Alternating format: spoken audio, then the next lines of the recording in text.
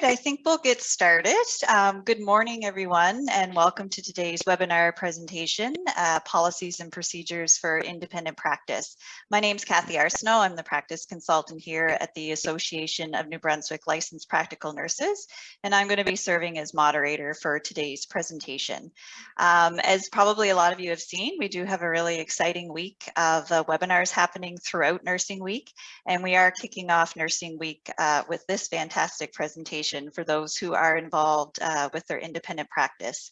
And of course, it's Nursing Week, so we at ANBLPN would just like to take a moment to wish you all a very happy Nursing Week.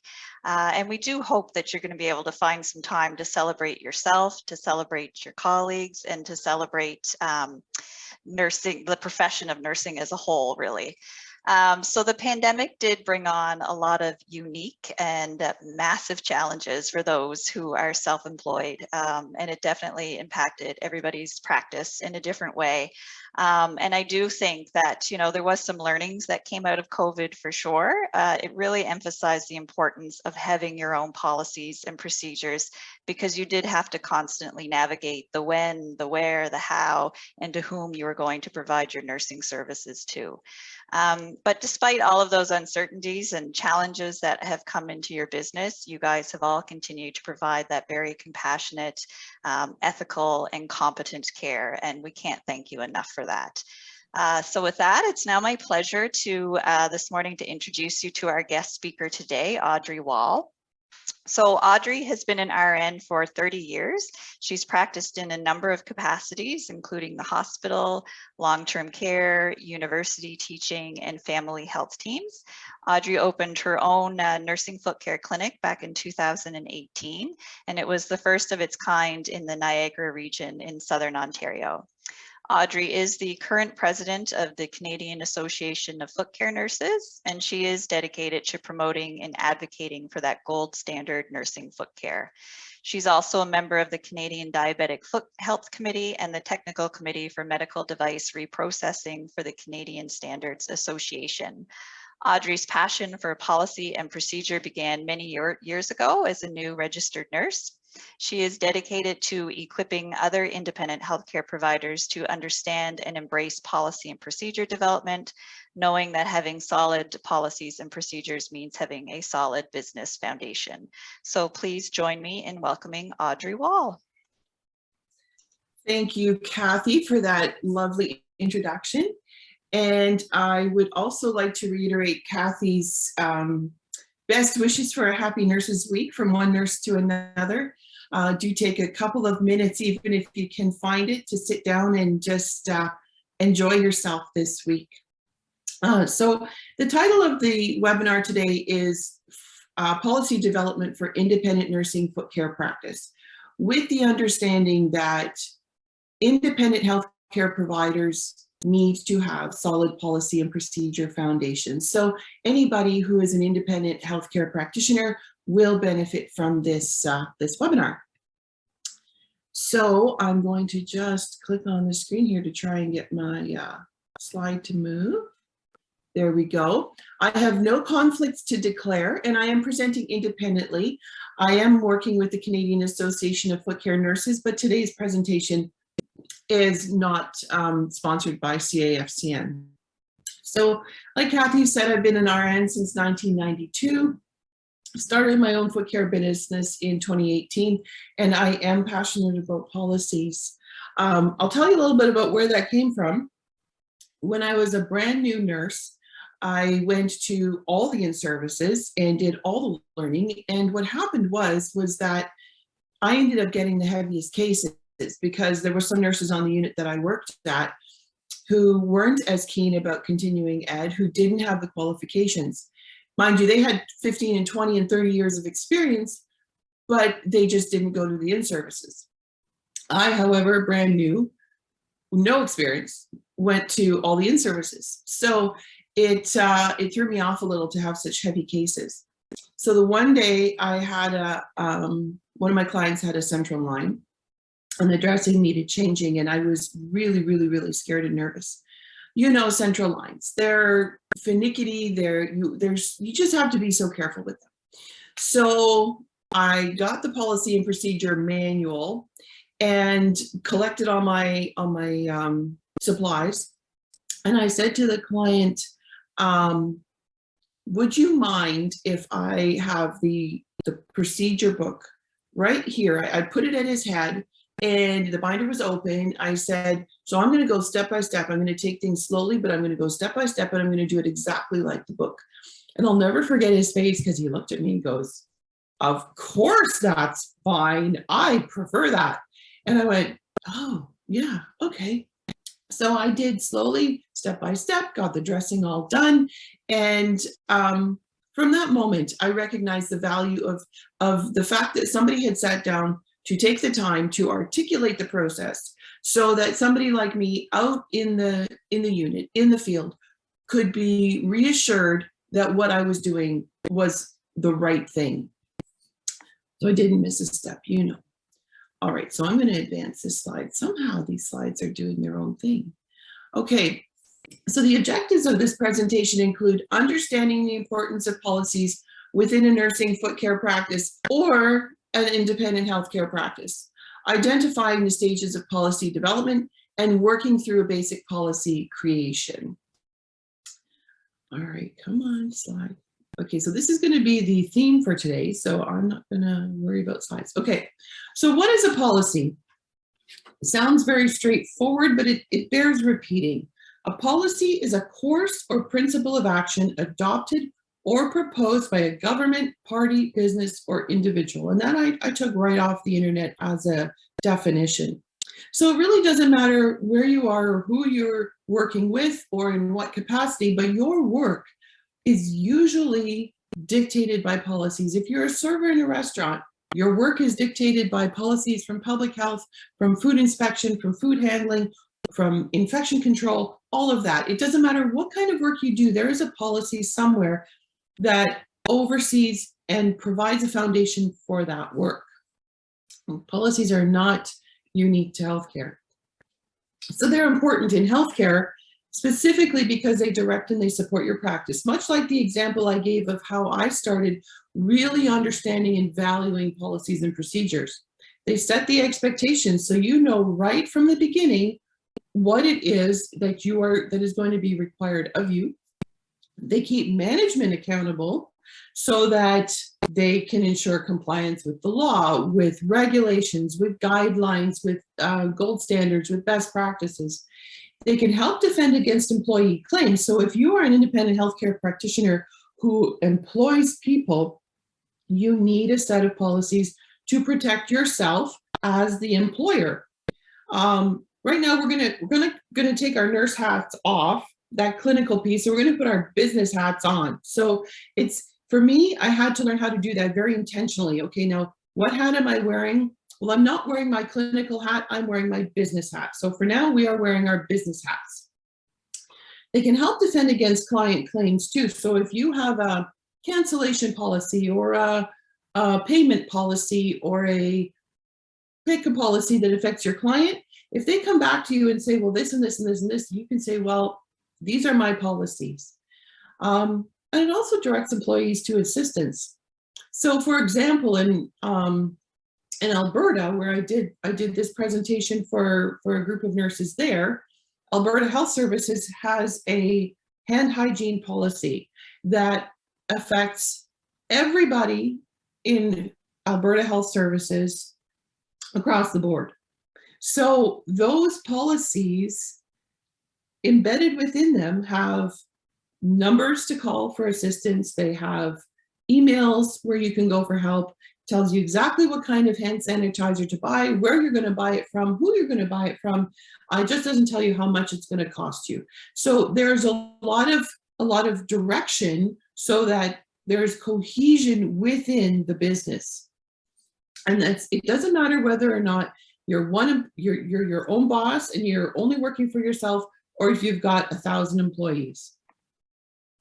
So the foundations of the policy, okay? The who, what, when, where, and why.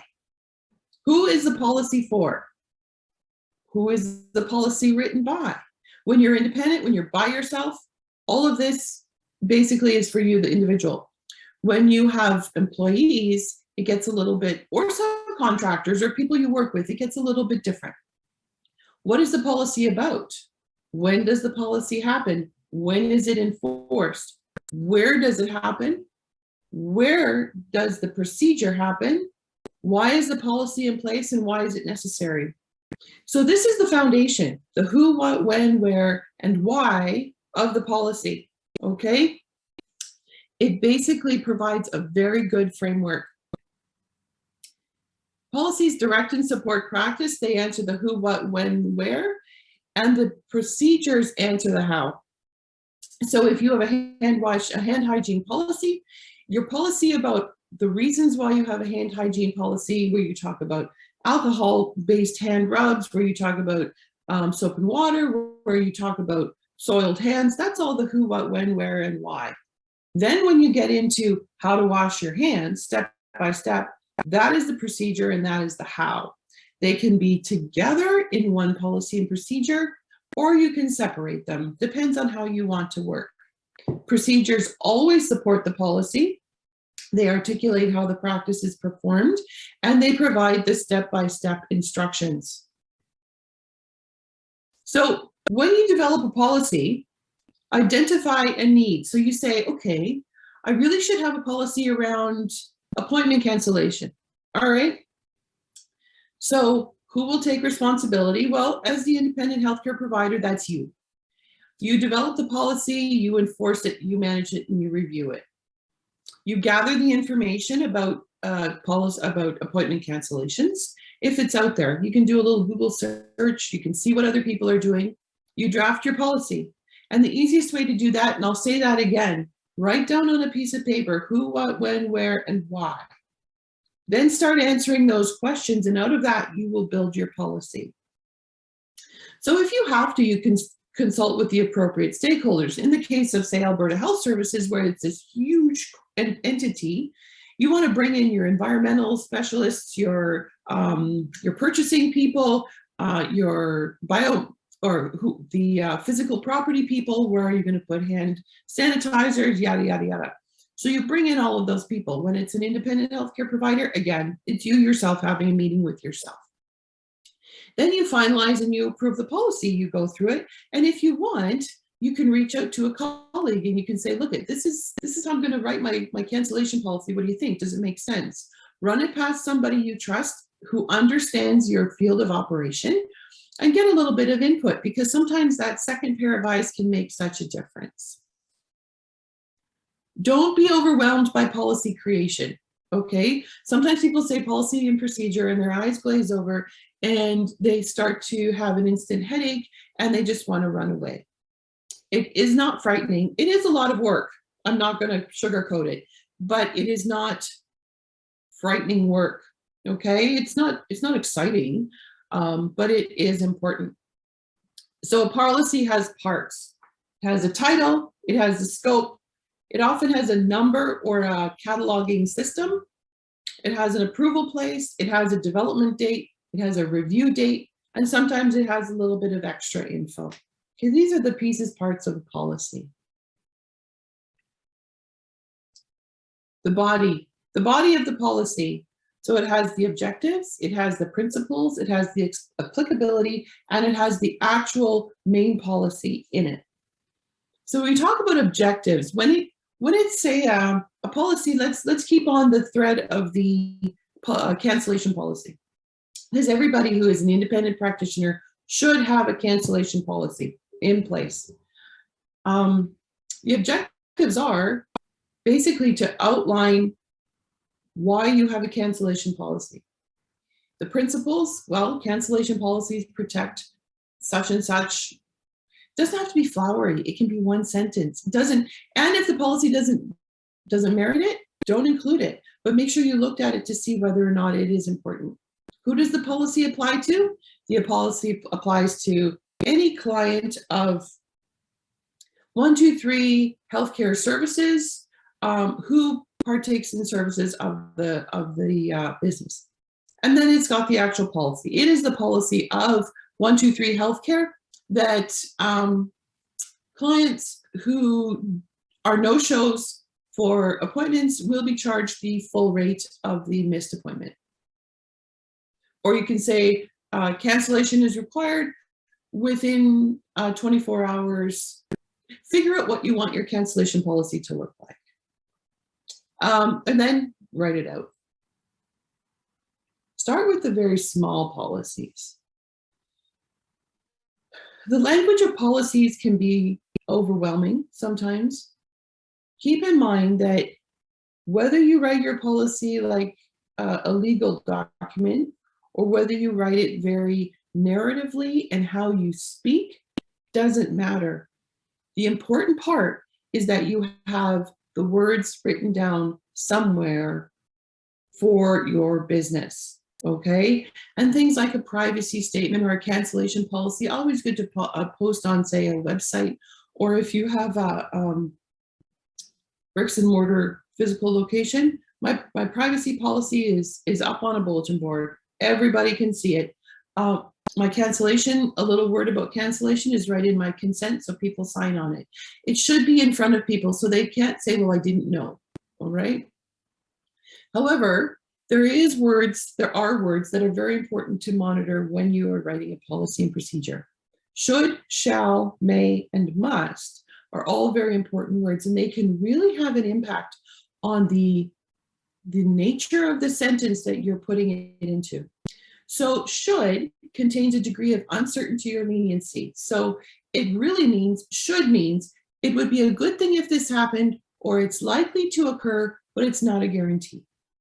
For an example, the bus should arrive at 3 p.m. Whether the bus arrives at 5 to 3 or 10 after 3 is immaterial. It should arrive at 3. Now, if we say shall, it indicates something will happen or it's a promise about something. There's no uncertainty. It's more formal. Shall is used in legal documents, indicates a duty imposed on an individual. And the example I have here is all employees shall perform hand hygiene after using the washroom. No room for discussion, no gray areas. It's written down, you shall, not should, shall. So if we were to take should and replace shall with should in that sentence, all employees should perform hand hygiene after using the washroom. Suddenly it makes it very negligible. What do you mean they should? Does it not mean that they have to? It means that they can decide whether or not they want to. So you see the importance of using should and shall in very specific ways. So if you say, again, should and shall use the washroom, it's just a really great example. So may and must, again, different words. May indicate some uncertainty in the present tense. So should is more future tense, may is more present tense. It implies some degree of discretion. So if you have so let's say when you're a big purchaser and you're buying hand hygiene products, alcohol-based hand rub, it says employees may choose from the following products to use. So suddenly you are faced with some options. You can choose one or the other, and it's all fine. For example, we may go to Niagara Falls for our vacation. We don't know. We're not sure. Must imposes a requirement. We use must in everyday speech. It's used when the subject is inanimate. So the table must be pushed against the wall to prevent hallway destruction. For an example, arms and legs must be kept inside the ride at all times. It's no, not may. You may keep your arms and legs inside the ride. No, you must keep your arms and legs inside the ride.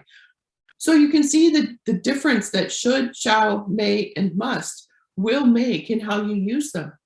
If you want the sentence, if you want the statement to have a lot of import, you use shall. For example, instruments used in the process of providing foot care shall be reprocessed as per CSA standards. There's no room for discussion. That's how it's going to be. Okay. Now, when it comes to, say, I don't know, the paper you buy to print your receipts on, you may buy whatever kind of paper you want. All right. Doesn't have the same amount of import. So the final touches on a policy include definitions, references, and headers and footers. The definitions help to remove any sort of ambiguity about anything you've put into your policy. If there's a word there that you think, somebody might, let's say public health wants to see your documents and you hand them your binder. If you have articulated the definition of words in your policies, they will be able to say, okay, this is what this person means when they use this word. If you don't have that in there and it's perhaps a confusing word or a word that somebody might be unsure about, put it in there. References, always, okay? You always reference what you do. If it's a policy you came up with, such as policies shall be reviewed annually, well, there's really nowhere to reference that. That kind of a policy is just a statement that you've come up with to validate your process, but there's nothing in the big wide world that says you absolutely have to review your policies annually. However, if you are using CSA documents or you're using the ANBLPN documents, or if you're using any document that is out there that you are using, you are referencing it, okay? Headers and footers. Headers, usually page numbers, and I would encourage you to always use page 1 of, page 2 of 6, page 3 of 6, so that if for some reason, I know it happened all the time, if the policy manual in the hospital got used a lot, we'd lose a page, or the binder little holes would get torn. So it's nice to know if a page is missing, all right? And a footer is often where you have filed that document in your desktop, your computer, wherever, so that when you're looking for that document, you know exactly where to go. Many years ago, I did a policy and procedure contract for 2 long-term care homes that were linked in 2 different cities locally. So I rewrote their policy and procedure book and their nursing manual and their wound care. And so because I was writing the policy and procedure, but I was leaving it for them after I finished my contract, every policy had a file pathway on the bottom of it. So it was nobody ever had to go looking for it in a needle in a haystack type of scenario. All right, so procedure design is usually embedded within a policy, step-by-step instructions, and it's referenced, okay? There's very little new that we are doing. So hand hygiene, I know my policy for gifts and gratuities comes right out of the College of Nurses of Ontario guidance document. I literally cut and pasted it, put the quotations around it, referenced it, voila, that's my policy. I am not going to change or discuss or add things, or that is my policy and I function within it. And it's all, of course, it's referenced. So where to start? And anytime I use this little light bulb, it means I've got a little idea that you can take use of. So when you're trying to decide where to start with policies and procedures, it can be overwhelming. Like I said, I get it, I've been there. Examine your clinical day, examine your work day. So you're going to have a few different places. Beginning to end, what do you do? Examine your administrative work. What do you do? Write it down, every little thing you do, okay? You're not looking for categories. You're not looking to sort anything. All you're doing is you're looking to get it out on paper. All those things. Start making lists of activities. And what I would suggest, sticky notes. So get yourself, I don't know, the dollar store, Dollarama has piles of sticky notes in different colors. Get yourself some of those and start writing one task on one sticky note. And I like to put exam table paper, actually, 2 big sheets of exam table paper up on the wall. And then I will start sticking stickies in various locations. So now is the time to start pulling all of those, grouping all of those activities together. So you say, well, answering the telephone and the telephone etiquette and the machine message and paying the telephone bill. Do they all go together? Well, maybe paying the telephone bill goes with financials. Okay, so you start sticking all of those things all into one group, and you will start to see what comes together in a cluster. And then you will say, well, I can actually put all of those things in one policy because they all relate to each other. Or if you sit and look at it and you say, you know what, that really doesn't go with that. Take that off and move it somewhere else. If it's a head scratcher, put a question mark on it and stick it somewhere else where you go like, I don't know.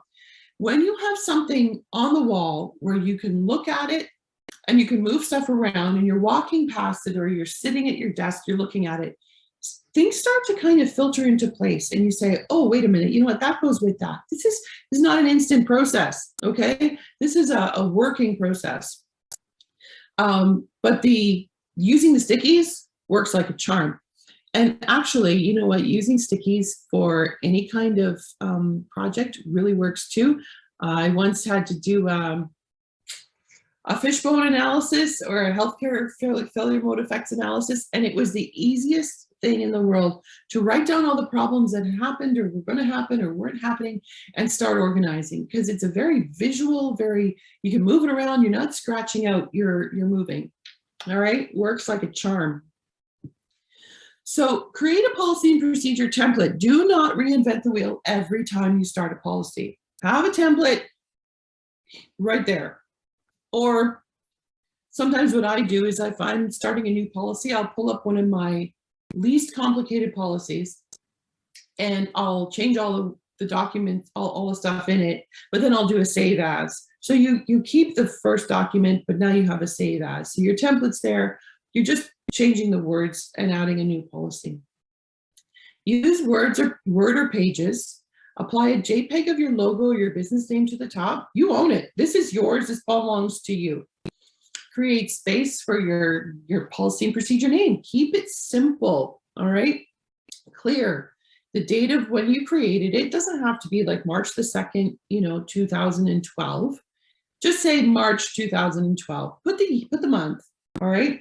However, if you know that policy is going to go through a lot of reviews, I would say either at a draft 1, draft 2, or do the month and the day and the month and the year. But if it's just a very overview policy, month and a year is fine. Add a space for the review date. How many pages? Obviously, then 1 of 6.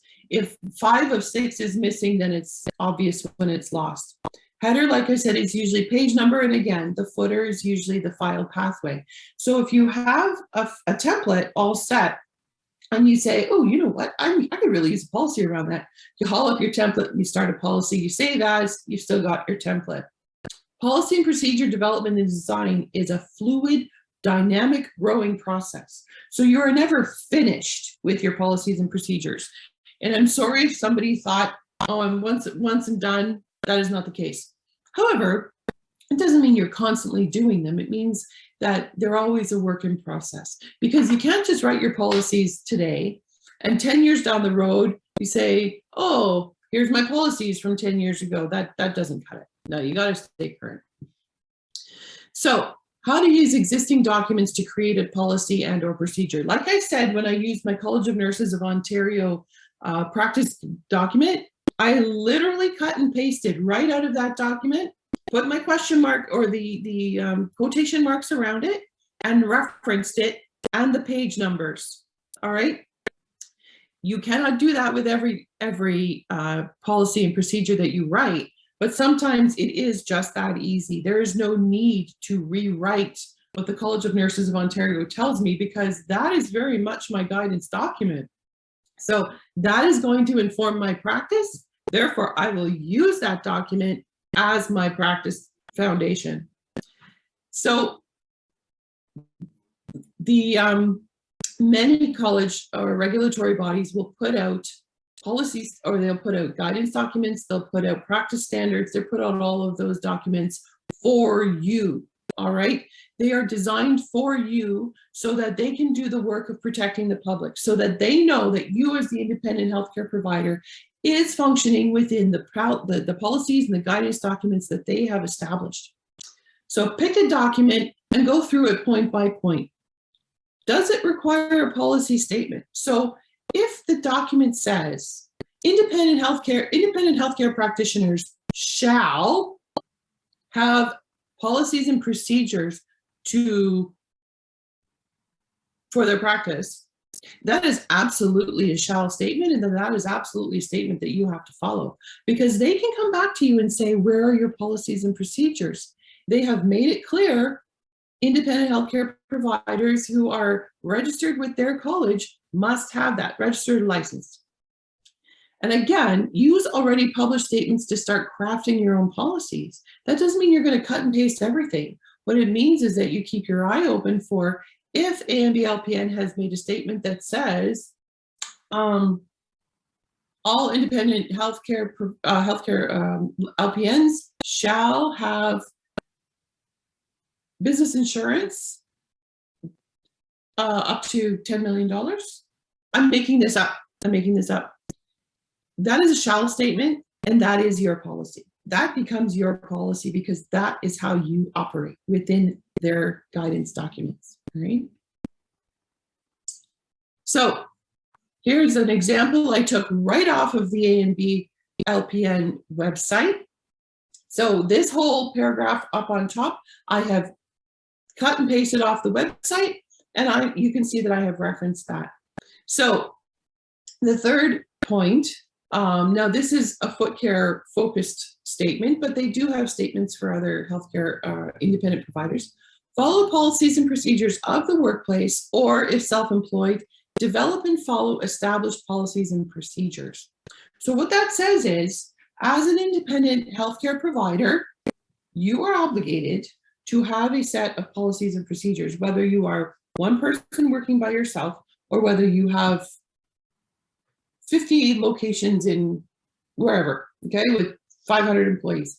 You have to have P&Ps to back up your practice, to provide that foundation.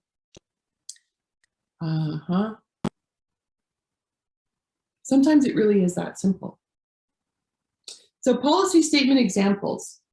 So these are made up businesses. When you're writing a policy statement, if you don't know where to start, write down the statement. It is the policy of, and I use 10 Toes Nursing Foot Care, that. All right, that is your starting thing, your starting statement for your policies. If you don't know how to start writing your policies, when I was writing papers in college, it was like the first sentence is always the hardest. How do I break into that? Simply with the policy, it is the policy of 10 Toes Nursing Foot Care that all nursing staff providing direct client care shall document immediately following or as soon as possible following the provision of nursing foot care. So let's say that you're an independent healthcare provider. It is the policy of 123 Healthcare that all staff providing healthcare services document immediately follow. Do you see what I mean? You can, all you need to do is start with that. It is the policy of that. Here's another one. It is the policy of 10 Toes. I used Twinkle Toes Nursing Foot Care in one presentation for another province, and it turned out that somebody on the call actually had that business name without me knowing. So if somebody's got 10 Toes Nursing Foot Care, I'm sorry, I didn't know you did. I just pulled it out of my head. It is a policy of 10 Toes Nursing Foot Care that critical instruments used in the provision of providing nursing foot care are reprocessed as per Infection Prevention and Control Canada, IPAC Canada guidance documents. And I took that right out of the practice guideline for ANBLPN from December 2020, page 2. All right. It is a very straightforward policy statement.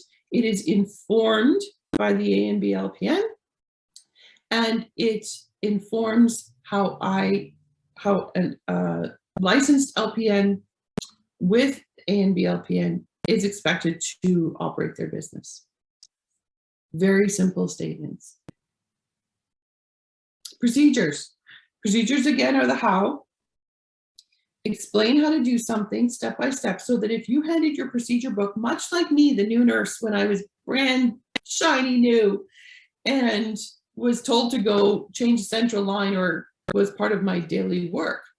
I knew how to do it. I could take that book and I could do it. They're based on best practices, step-by-step instructions for the user. They remove any uncertainty of what is expected of the user, support the employer and the employee.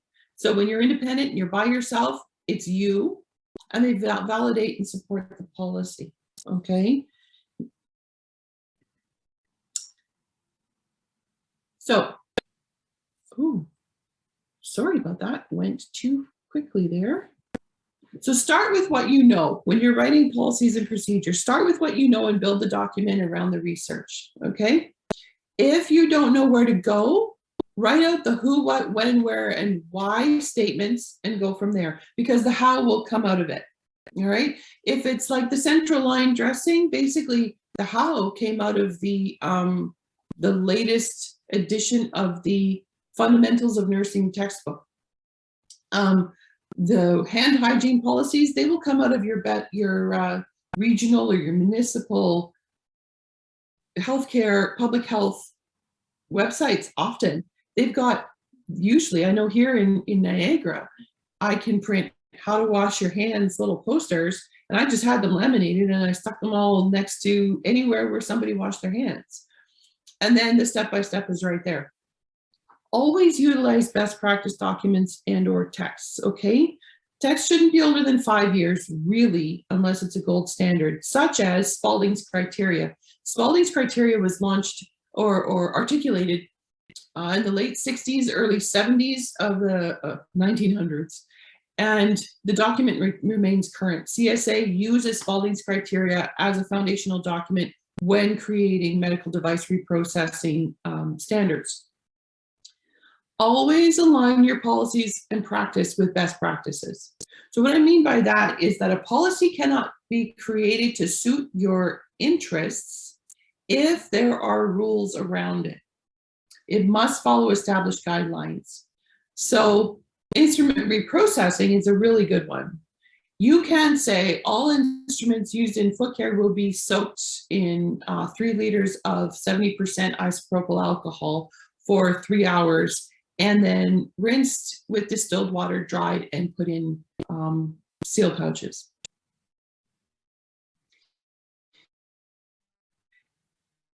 Canada are very about how instrument would be approached. A real example of one that happened to me personally when I worked for a family health team. I was the certified respiratory educator. And I did spirometry testing, which is a lung function testing. I worked with people who had very severe asthma and COPD. And so one of my colleagues had very bad scent allergies. So in the office, we tried to keep it as little scent as possible.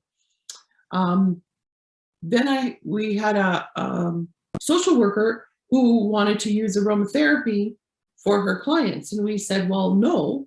However, the executive director, it was a toxic environment. Anyway, the executive director changed the policy and said, no scent except for this person who wants to do aromatherapy. Well, the aromatherapy was right across the hall from my spirometry room. It just did not work.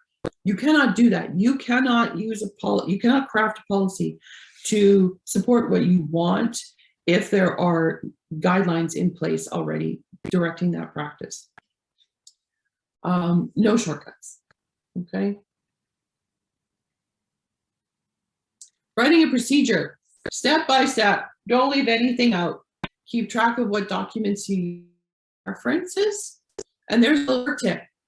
Always have a Word document or a Pages document open, a running document where you put every single reference you ever used. Just keep it open, because you will likely use one reference multiple times. So there's no point in rewriting it, retyping it always. Go look for your list of references. And if you've written references, like I reference the College of Nurses of Ontario documents all the time. Public Health Niagara, Public Health Canada, Public Health Ontario, those documents I reference all the time. So the foundational reference I've always got. So then I can just go and tweak it to match the document to the reference that I just used. But the bare bones and the foundation of that reference are already done. Make less work for yourself. Non-clinical procedures such as environmental cleaning, etc., you still need to follow public health best practices. Clinical procedures, same.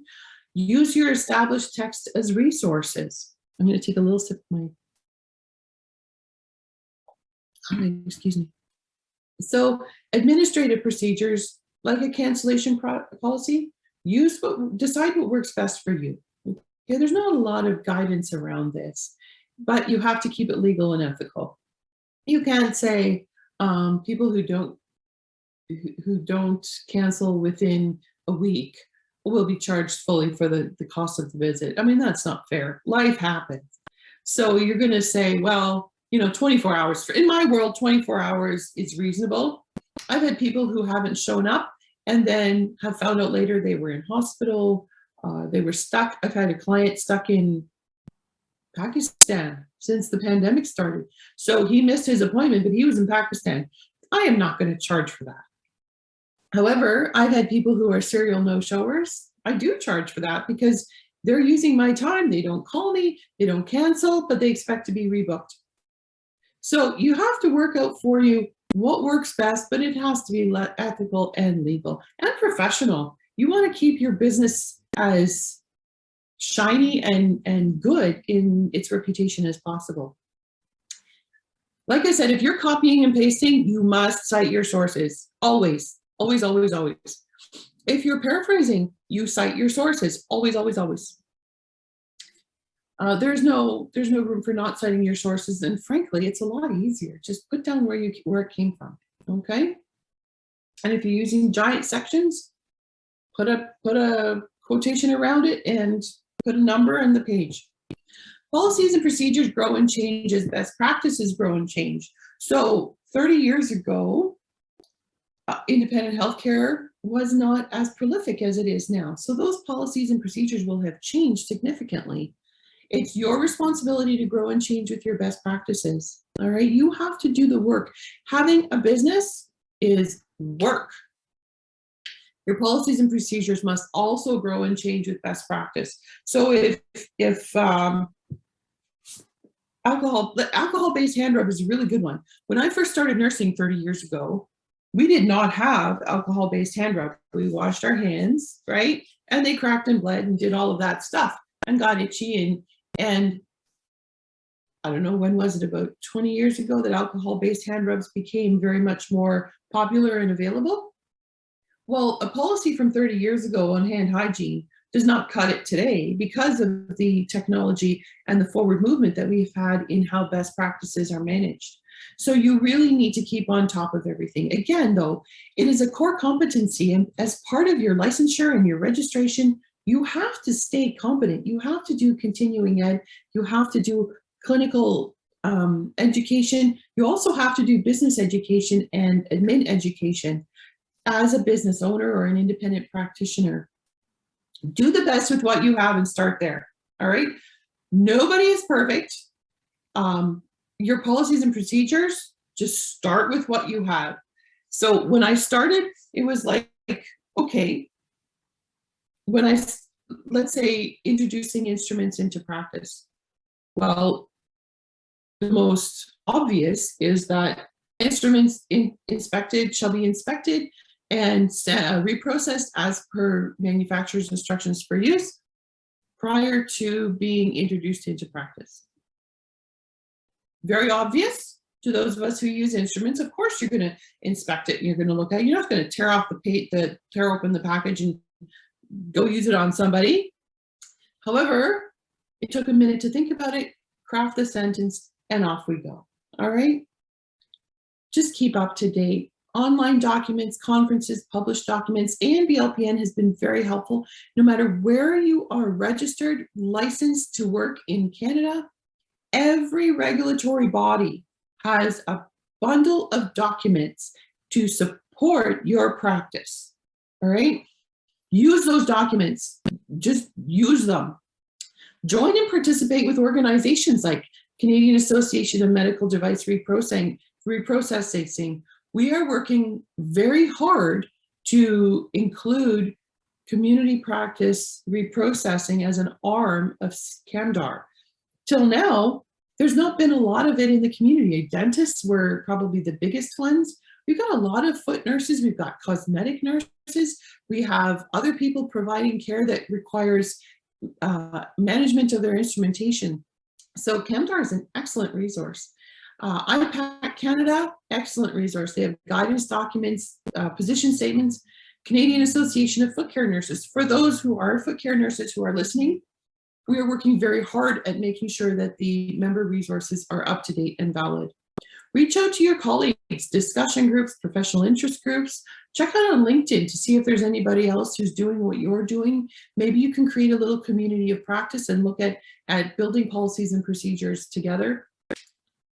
Whatever you do, do not become complacent, okay? Like I said before, you can't just create your policies and procedures today, put them on a shelf and say they're done, and then haul them out in 5 years and if somebody asks, okay? No, you cannot become complacent. Keep it simple. Create the bones or the framework of your policy, put in the information that you know, find the information that you don't know, and add the info. You know, highlight sections, write, I don't know what to put here, and highlight it, or add info here, highlight it. That'll keep you bringing your eye to it. Keep your policies and procedure binder handy. So mine is right next to my computer at my desk at my clinic. So if I encounter something new or something where I say, hey, you know what, my policy does not reflect that. I open my binder, I write it in pen on the side or underneath, or I cross out something and I date it and I initial it. Then when I go back to do an annual review, I can see, oh yeah, you know what, on October 10th, I saw this document and I had to amend this. Okay, fine. So it's not a giant amount of work when you come to it annually. COVID, excellent example. We did not have pandemic style policies prior to COVID. And so COVID, in addition to creating all sorts of other hurdles, added this whole piece. However, many, many, many health authorities have done the work for us now because they too were invested in creating policies and guidance documents for healthcare providers for the public. Okay, so do as much work along the way as you can so that when you go to renew your policies or review them or update them, it's practically done. I have thrown a lot of information at you and I love questions. So I know that Kathy is going to moderate those, but I'm happy to answer any questions somebody might have. Perfect. Thank you, Audrey. I do see a couple in here. So just one